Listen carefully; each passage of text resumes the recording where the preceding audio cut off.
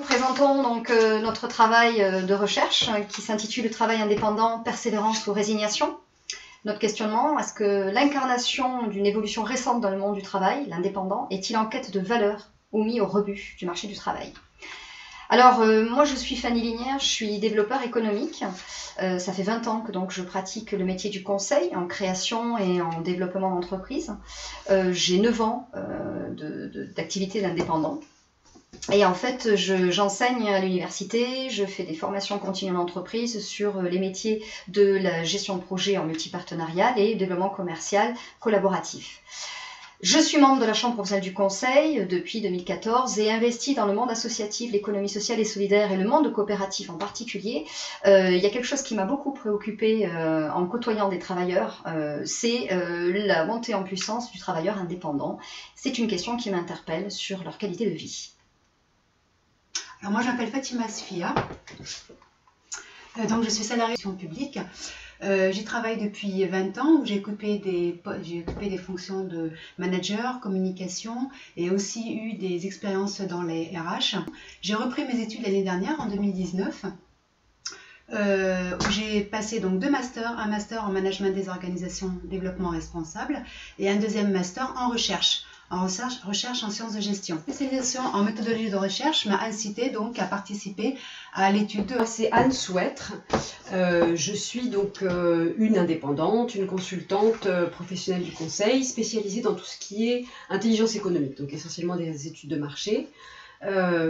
J'ai été salariée, donc j'ai été de l'autre côté du miroir et pour moi le travail en indépendante c'était essentiellement pour pouvoir faire ce qui me passionne. Je suis très mobilisée autour du métier du conseil et des problématiques des travailleurs indépendants. Donc sur le terrain, en prenant part à la CPC Occitanie depuis maintenant 4 ans. Et puis sur le côté plus recherche, donc cette démarche, notamment à l'occasion de ce travail, qui était vraiment voilà, de prendre du recul, de creuser, d'approfondir et de partager. Donc c'est ce qu'on vous restitue aujourd'hui. Alors du coup, d'où part cette enquête et comment on a fait cet article de recherche? Alors déjà c'est un constat hein, qui est le mien, c'est-à-dire je gérais une coopérative d'entrepreneurs en 2009 quand donc au 1er janvier il y a eu l'entrée en vigueur d'auto-entrepreneurs. Et ce régime a eu un effet d'aubaine extraordinaire, c'est-à-dire que j'ai été témoin d'employeurs qui ont saisi l'occasion d'encourager leurs propres salariés à démissionner pour rentrer dans le statut d'auto-entrepreneur et donc une distorsion par rapport à un salariat déguisé. Aujourd'hui, on constate une chose, c'est qu'on est, avec ce phénomène-là, encouragé probablement, plus de 3 millions de travailleurs indépendants en France. Ça, c'est ce qu'on comptabilise. Et l'inquiétude que j'en avais également se réfère également avec les chiffres qu'on a pu trouver au cours de notre article, c'est que de ces auto-entrepreneurs, 90% ne parviennent pas à dégager un revenu supérieur au SMIC. Hein, donc ça, ce sont des chiffres réels. Donc ce souci-là était quelque chose quand même qui m'inquiétait beaucoup et qui m'inquiète au moins depuis 2009. Donc du coup, quid de la protection sociale? Quid du cadre légal d'exercice du travail indépendant? Quid de la motivation des indépendants? Quid du pouvoir d'achat des indépendants? Alors que sont ces nouveaux rapports au travail? Le statut d'indépendant est-il un choix ou est-il subi pour intégrer le marché du travail? Pourquoi tant de salariés se tournent vers le statut d'indépendant? Pourquoi les indépendants adoptent-ils ce statut malgré une protection sociale si faible? En fait, qu'est-ce qui anime les indépendants à poursuivre sous cette forme? Voilà, donc je lance en janvier cette enquête. Et puis, donc nous avons effectué donc, des lectures académiques et mis en place aussi une méthodologie scientifique pour analyser les enquêtes. Effectivement, on a eu tout un travail à la fois sur l'enquête qu'avait lancée Fanny, mais également d'aller approfondir sur des sujets de la littérature académique et grand public. Donc on voit effectivement dans la presse, etc. Et qu'est-ce qui se passe? Mi-mars, mi-mai, confinement. Effectivement, cette enquête que nous avons menée juste avant ce confinement, l'état d'esprit dans lequel étaient ces entrepreneurs, mais finalement, relançons une deuxième enquête en juin et vérifions si cet effet de crise sanitaire avec tous les risques que peut impliquer l'économie et l'équilibre économique de leur activité, est-ce que, avec ces mêmes questions, vont-ils répondre aux mêmes réponses? Alors, pour aller un petit peu plus dans le détail sur la méthode, nous avons donc lancé le premier questionnaire, le deuxième était strictement identique, était constitué surtout de questions fermées, dont des questions très factuelles en fait, pour mieux qualifier la population interrogée, donc notamment sur le type de structure, depuis combien de temps exerçait-il en indépendant, et puis le nombre de salariés, donc pour voir aussi la taille des structures. Ensuite, on a des questions qui touchent vraiment beaucoup plus à leur perception. Donc, on a par exemple par rapport à leur état moral, de santé, leur satisfaction par rapport au temps qu'ils passent, etc. Et une dernière question qui était importante et très intéressante sur leur perspective d'activité. C'est-à-dire combien de temps se voit-il encore exercer en tant qu'entrepreneur. Il y avait aussi également deux questions ouvertes. Deux questions ouvertes donc, que nous avons exploiter en essayant de mettre une méthodologie scientifique pour être les plus objectifs possibles, puisque comme c'était sur les ressentis, ça a amené quand même une certaine subjectivité. Alors les deux questions avaient pour but de comprendre donc les ressentis des indépendants interrogés dans leurs activités, mais aussi d'interpréter la valeur qu'ils donnaient, la valeur travail qu'ils donnaient à ce statut. Donc les deux questions étaient donc pouvez-vous partager en quelques mots comment vous vivez et comment vous sentez dans votre métier de travailleur indépendant. Et l'autre question, comment comprenez-vous la distinction entre la richesse pécuniaire du travail et la valeur épanouissante du travail? Ces deux questions, il y a eu plus des aspects positifs et des aspects négatifs. Donc les aspects négatifs qui sont ressortis, il y avait les finances avec donc leurs témoignages qui sont ressortis. Par exemple, on ne s'enrichit pas quand on est indépendant, on est juste libre et encore.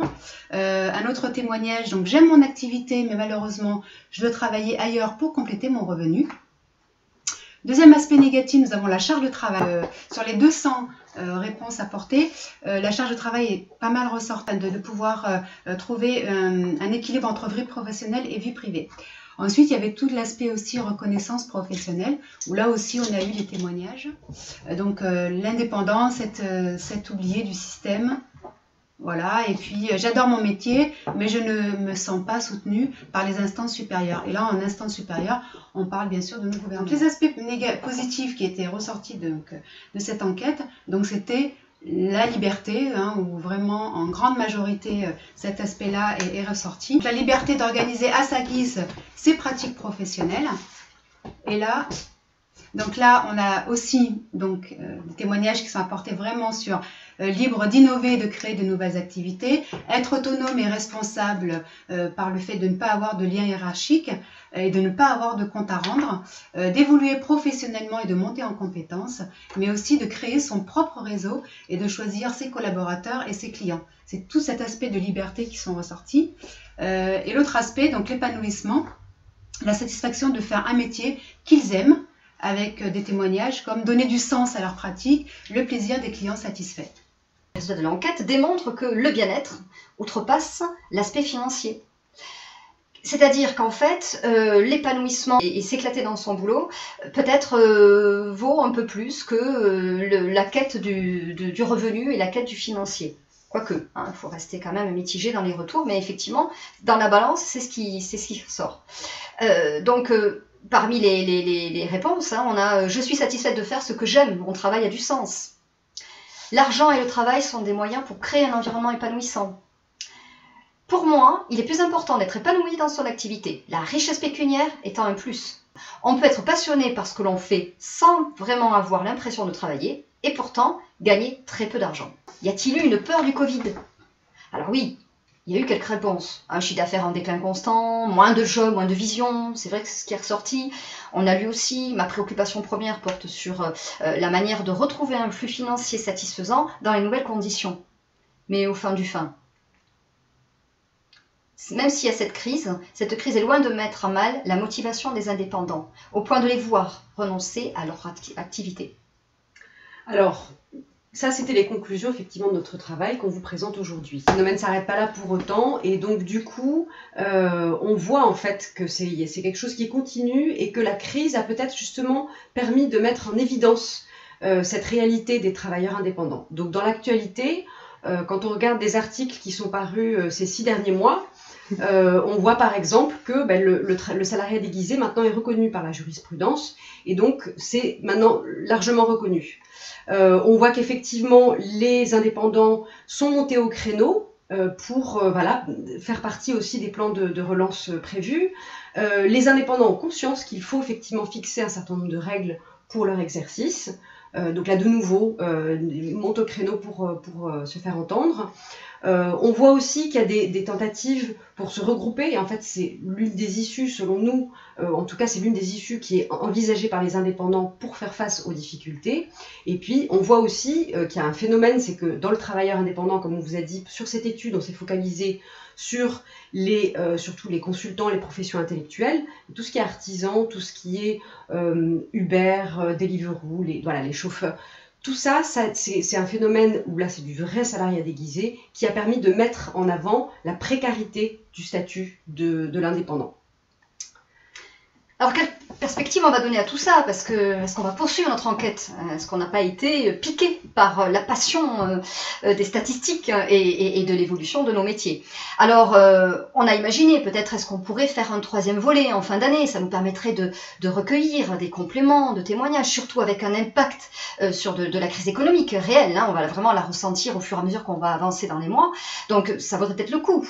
On va, de toute façon, je nous connais, poursuivre l'analyse de littérature. On va encore faire une veille en continu, suivre l'actualité, parce que on est piqué. Voilà.